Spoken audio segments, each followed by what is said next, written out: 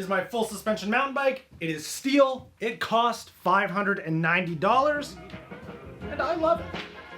Also, this video is brought to you by Bombas.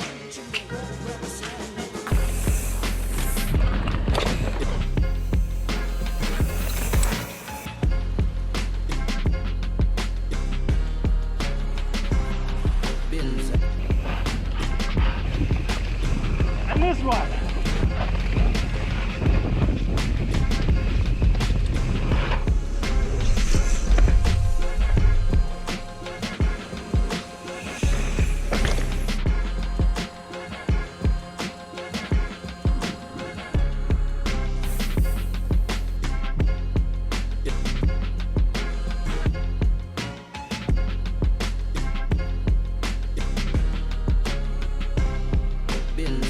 Now, in the interest of fairness, it's hardly right to call this a $590 full suspension mountain bike.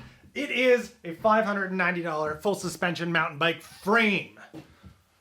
It does, however, have completely custom geometry that I chose, and the easiest way to make something like this work is to follow the steps that I have taken since my early days of BMX, since I was like 9 years old. Buy a complete bike, slowly pick away at upgrades on that, and then eventually upgrade the frame from your complete bike. Truthfully, this complete bike can trace its origins to this 2013 Felt Compulsion. Truly, this bike started its life as this in 2013. So yeah, the Felt was a very clapped out, dated geometry placeholder for all of these parts until this one showed up. That's basically the process that I take with everything. It helps just spread the cost, the extreme cost in some cases with mountain biking, over a very, very long period, and it just keeps me from having to like make ginormous purchases all at once. So one person in the comments has been inquiring about the geometry, so let's discuss the geometry chosen, shall we? 510 millimeters long. Head tube angle, 65. Seat tube angle, 77.5, I think. So pretty steep, not the steepest in the world, but pretty steep. 440 millimeter chainstay length with room for 2.8 650B tires. Seat tube length, 460. I wish I had gone shorter, I mentioned that before. 135 millimeter head tube length. I just thought it would be nice to, I don't know, have a taller head tube for jumps or something, or boost spacing, but of course I don't have a boost wheel in here. I have adapters, which I hate. 150 mils travel, 160 in the front with this fork. I think that kind of covers everything, doesn't it? Oh, bottom bracket drop. 5 millimeters of bottom bracket drop. Not crazy low, and great for ground clearance. I'm glad I went that route. So I know the length seems like a lot, but Canyon literally just came out with their like new enduro bikes. Same sort of length. I think it might even be the same or a little bit longer.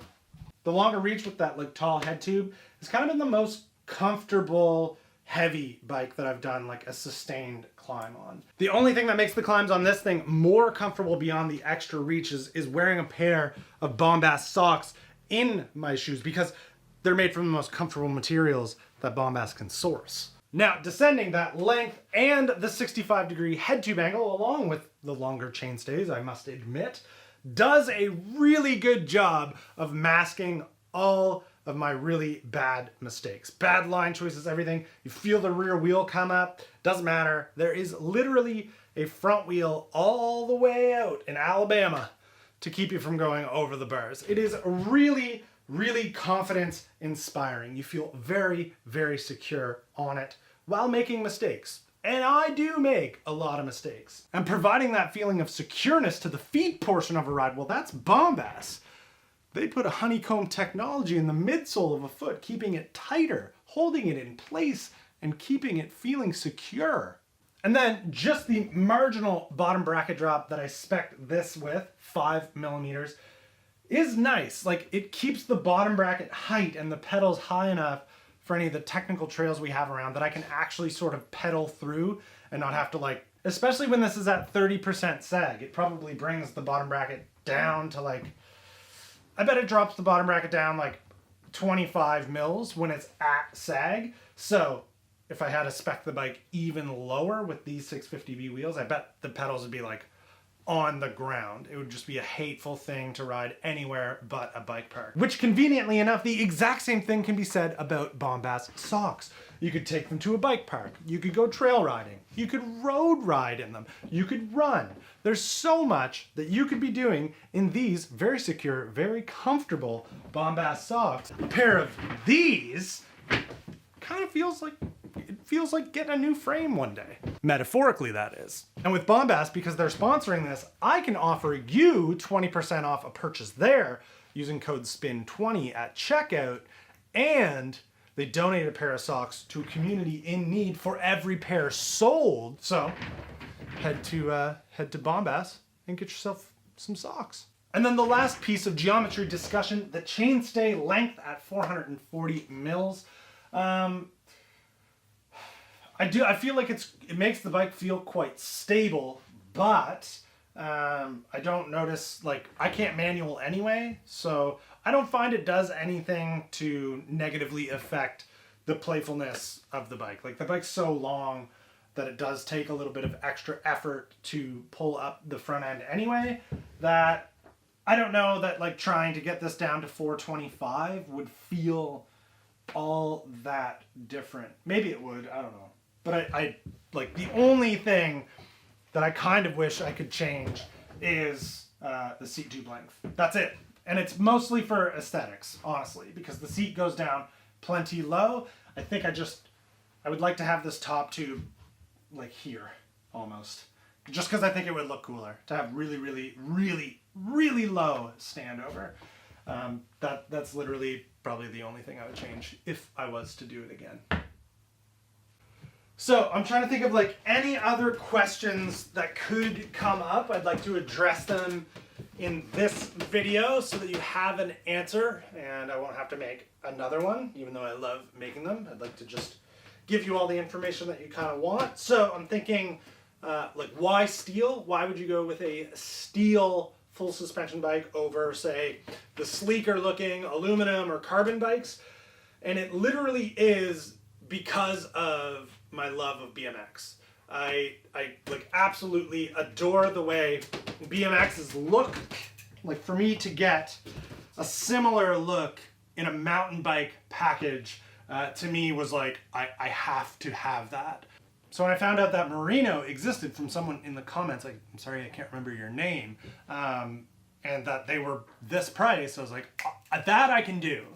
Especially because there's such a long wait and you don't have to pay for them all at once. You put a deposit down and then I put a little bit of money on it every month, and that's how it got paid for.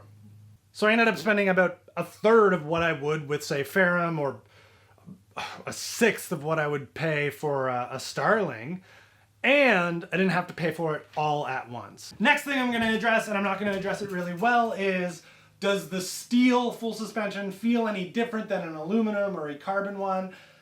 Like, what's the flex like? Does it feel super compliant? And blah, blah, blah. I would be hard pressed to actually tell a difference, if I'm honest. Like, I don't find that the single pivot feels any different than any other type of suspension I've ever ridden. I don't feel that the rear end flexes or gives me any sort of, like, I just don't notice. I don't know. I'm just not good enough, and I'm not picky enough to really notice a difference. And then finally, the weight. I think a good portion of you know how much this thing weighs. It's 35 pounds. 35 pounds as it sits. Okay, that's it. If you're interested in knowing more about where that's built, it's from Merino Bikes in Peru. You could get one. Same price. There's no deals. But there is deals on Bombas socks, so go check them out too. Oh, and these. Today's the last day that I'm doing a pre-order of these. Go to spindatt.com. Haven't mentioned this in a video yet because I feel like it's a lot to take in. But there will be stock of these as well. So if you miss, don't worry. There will be stock. I think I'm just going to end the video. I'd like to just end this video.